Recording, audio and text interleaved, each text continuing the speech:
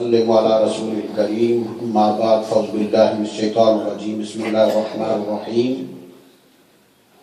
الا ان اولیاء اللہ لا خوف علیہم ولا هم یحزنون صدق اللہ العظیم الصلاۃ والسلام علیک یا سیدی یا رسول اللہ وعلی آلک واصحابک یا حبیب اللہ بآواز بلند الصلاۃ والسلام علیک یا سیدی یا رسول اللہ وعلی آلک واصحابک یا حبیب اللہ الصلاۃ والسلام علیک یا سیدی یا رسول اللہ وعلی آلک واصحابک یا حبیب اللہ۔ معزز سامعین کرام، غیر نصیب کی محفل کی اپنی تاثیر ہے کہ محفل خوب جمی ہوئی ہے اور دل یہ کہتا ہے کہ قبولیت کی گھڑی ہے۔ بارگاہ غوثیت میں آپ کا بیٹھنا قبول ہو گیا ہے۔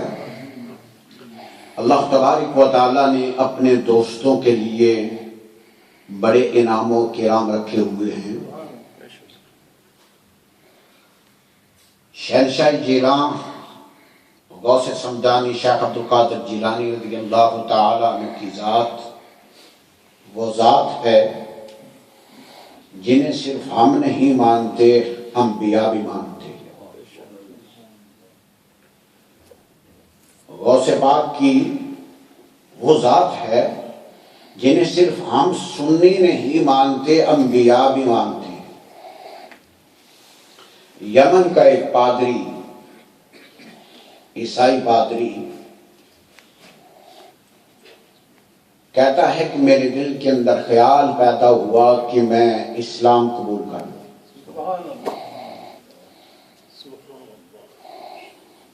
پادری کے دل کے اندر جب یہ تمنا پیدا ہوئی تو ساتھ ساتھ امیدیں بھی بڑھتی چلی جاتی ہیں۔ کہتا کہ ایمان تو قبول کروں، اسلام تو لے آؤں، لیکن اس آدمی کے ہاتھ پر اسلام قبول کروں جو اس وقت سب سے افضل و اعلیٰ ہو۔ اب یمن کا پادری یہ سوچ رہا ہے اور کہتا ہے جب میں یہ سوچ کے سو جاتا ہوں تو سیدنا عیسیٰ نبی علیہ السلام کی زیارت ہوتی ہے۔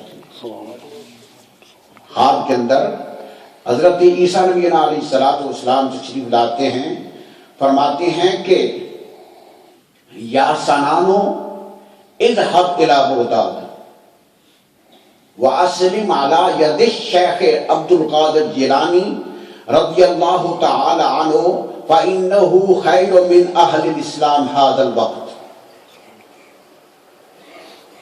وہ عیسائی پادری کہتا ہے کہ مجھے حضرت عیسیٰ نبی علیہ السلام نے فرمایا کہ اے سنان، اس کا نام سنان تھا، بغداد شریف چلے جاؤ، یمن سے بغداد شریف چلے جاؤ اور وہاں جا کر شیخ عبدالقادر جیلانی کے ہاتھ پر اسلام قبول کر لو، کیونکہ وہ اس وقت زمین پر سب سے افضل والا ہے۔ اب اندازہ فرمائیں کہ اس پادری کو راہ راست پر، سیدھی راہ پر لگانے والا کون ہے؟ عیسیٰ روح اللہ، حضرت عیسیٰ علیہ السلام ہیں۔ تو وہ عیسائی پادری جب خواب سے بیدار ہوتا ہے تو کہتا ہے کہ دل چاہتا ہے کہ اڑ کے بغداد پہنچ جاؤ۔ بغداد شریف پہنچ کر حضور غوث پاک عالی جناب کی بارگاہ میں حاضری دیتا ہے، اور جو وہاں کا منظر ہے وہ اس سے بھی عجیب و غریب منظر ہے کہ عیسائی سو رہا ہے، خواب کے اندر عیسیٰ علیہ السلام آ رہے ہیں۔ ادھر عیسائی پادری نے ابھی اسلام قبول نہیں کیا، غوث کی بارگاہ میں آ رہا ہے تو حضور غوث پاک عالی جناب نے اسے پہچان لیا ہے، اسے پہچان لیا ہے کہ عیسیٰ علیہ السلام کے بھیجے ہوئے آ جاؤ۔ حضرت عیسیٰ علیہ السلام کے بھیجے ہوئے آ جاؤ۔ اب اس پادری کی دل کے اندر ایمان اور اسلام کا جذبہ اور بلند ہوتا گیا کہ مجھے عیسیٰ علیہ السلام نے جس کی بارگاہ میں بھیجا ہے وہ ویسے نہیں، اس کا دل کا جو شیشہ ہے وہ چمک رہا کہ میں یمن سے چلا ہوں اور جس کے کہنے پہ چلا ہوں بغداد کے اندر رہ کر یہ جانتا ہے کہ یہ کون آ رہا ہے اور کون بھیج رہا ہے۔ میرے دوستو بزرگوں، اندازہ فرمائیں کہ اس غوث کی اللہ تبارک و تعالیٰ کی بارگاہ میں کتنی بلند بالا شان ہے کہ سیدنا عیسیٰ علیہ السلام چاہتے ان کے جو ماننے والے ہیں، عیسائی ہیں، انہیں فرماتے ہیں کہ اس وقت اگر سب سے افضل آدمی دیکھنا بغداد سے چلے جاؤ، وہاں شیخ عبد القادر جیلانی موجود ہیں۔ تو حضور غوث پاک عالی جناب کی ذات وہ ذات ہے کہ جن اللہ تبارک و تعالیٰ نے جن کے قلب کو منور فرمایا ہوا، جن کے سینے کو منور فرمایا ہوا ہے۔ اب عبادات و ریاضات کی ضرورت نہیں تھی کہ مادرزاد ولی ہے، مادرزاد ولی ہے، باپ بھی ولی ہے، ماں بھی ولیہ ہے، نانا بھی ولی ہے، دادا بھی ولی ہے، نانا نبی ہے۔ تو حضور غوث پاک علی جناب کی ذات کو اللہ تبارک و تعالی نے عرفہ و اعلیٰ مقام عطا فرمائے ہیں کہ جب ذکر کرنے والے غوث غوث پکارنے والے بیٹھ کے پکارتے ہیں تو بغداد ان کو خبر ہو جاتی ہے۔ شیخ ابو صالح رحمت اللہ علیہ فرماتے ہیں کہ مجھے اپنے شیخ ابو مدین رحمت اللہ تعالی علیہ نے فرمایا کہ صالح اب تو یہاں کیا کرے گا؟ میں تجھے اس بارگاہ میں بھیجتا ہوں جس بارگاہ سے صرف ایک نگاہ پڑ گئی تو تیرا کام بن جائے۔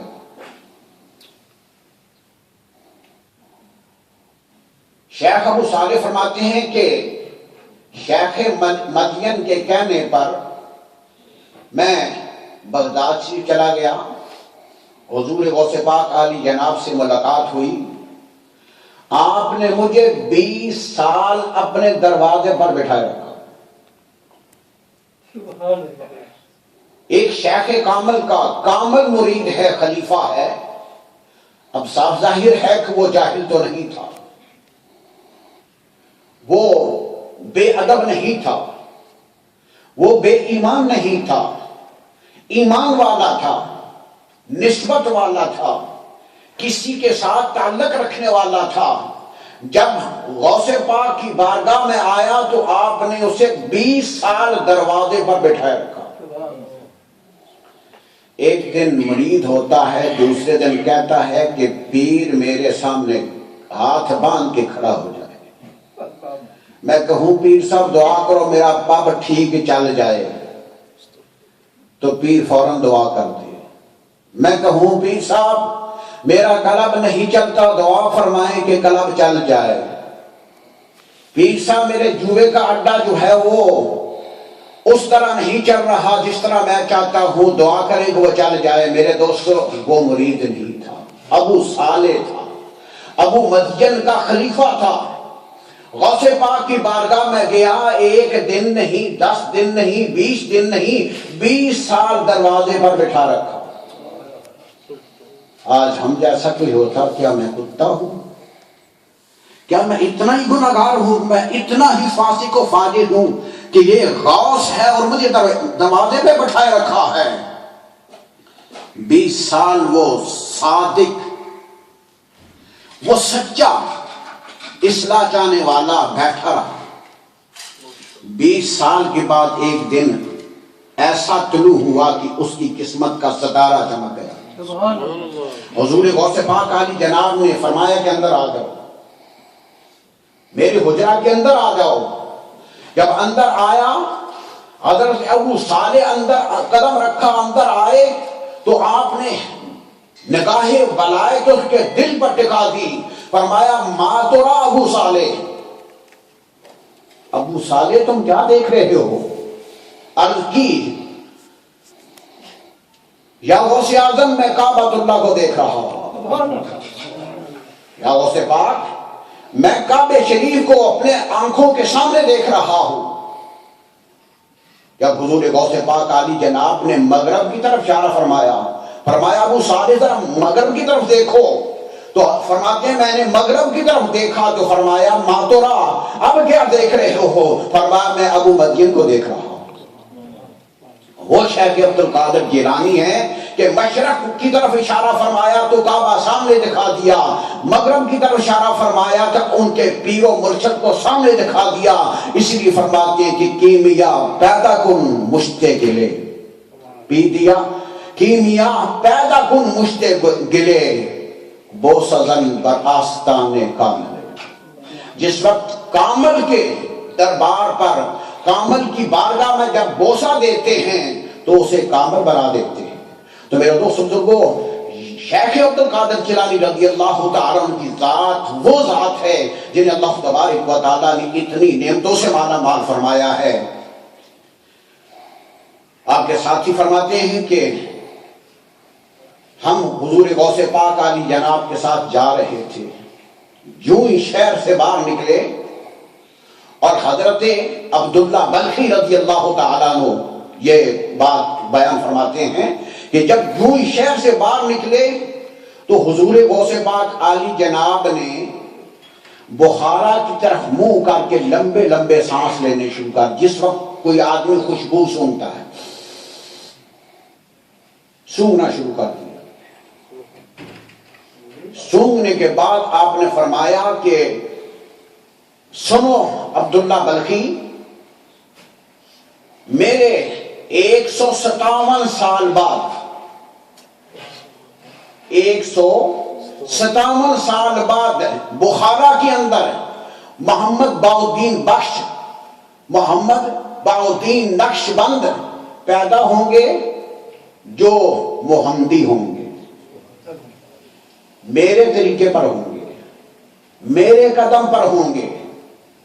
وہ پیدا ہوں گے 157 سال بعد اور وہ نقش بندی ہوں گے، میرے طریقے پر ہوں گے، میرے نقش قدم پر ہوں گے۔ تو اب اندازہ فرمائیں کہ اللہ تبارک و تعالیٰ نے، آج کہتے ہیں جی نبی کو تو خبر نہیں ہوتی کہ کل کیا ہوگا، پرسوں کیا ہوگا، نبی تو قیامت کے بعد تک بھی جانتا ہے کہ قیامت کے بعد کیا ہوگا۔ پیارے محبوب علیہ السلام کی ذات تو برا البرا ہے۔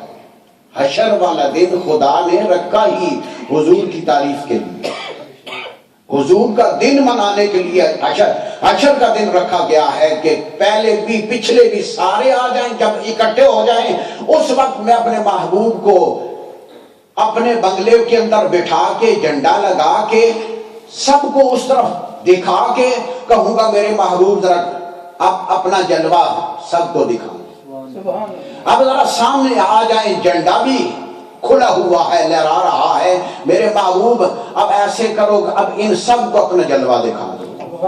تو میرے دوستوں کو حشر والا دن خدا نے رکھا ہے حضور علیہ السلام کی بلندی کے لیے ہے، حضور کی نعت کے لیے ہے، حضور کی تعریف کے لیے رکھا ہے۔ تو اللہ تبارک و تعالیٰ نے ہمیں وہ غوث عطا فرمایا ہے کہ جس غوث کی بارگاہ کی حاضری کبھی خالی نہیں جاتی، صدق کے دل کے ساتھ، خلوص نیت کے ساتھ اس بارگاہ میں بیٹھ کے جب حضور غوث پاک عالی جناب کی یاد میں بیٹھیں گے تو غوث پاک ضرور نگاہ فرمائیں گے۔